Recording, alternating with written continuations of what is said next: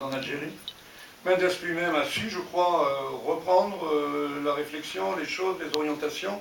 Et il y a eu un autre moment d'espoir qui a été les élections du Front républicain, gagnées par le Front républicain à la fin de l'année 1956.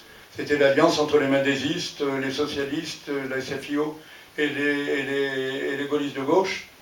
Et tout le monde espérait que Mendes, qui avait un programme, allait être nommé Premier ministre, enfin Premier ministre président du Conseil, ça s'appelait à l'époque. Ce fut, comme vous le savez, Guy Mollet, et ce fut le désastre à nouveau, avec les tomates reçues devant la Grande Poste à Alger, et le revirement complet de la politique gouvernementale, suivi de ce qui a été fait ensuite, la guerre qui a été menée, avec beaucoup d'énergie d'ailleurs, par Lacoste et par les gens qui étaient autour de lui.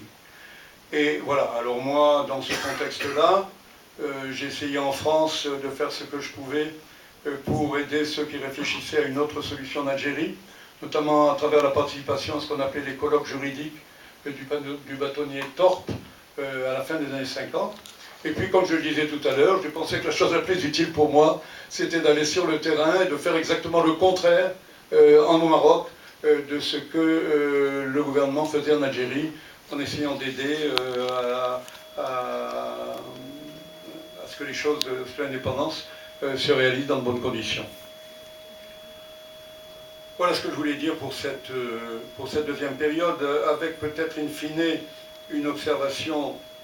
Je suis, chacun sait ici, socialiste.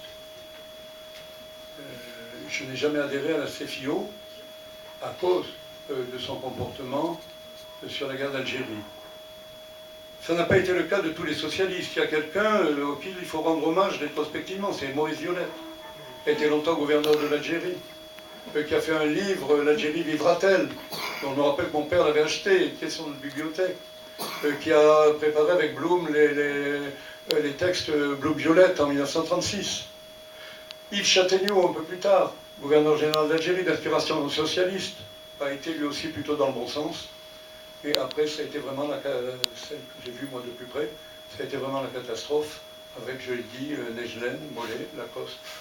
Et bon. Et dans ce contexte-là, il n'y a que deux hommes politiques qui ont, je crois, su un peu français, qui ont su un peu avoir une certaine vision. Ce fut, enfin en dehors de De Gaulle dont je vais parler, ce fut Pierre Mendès France, bien sûr,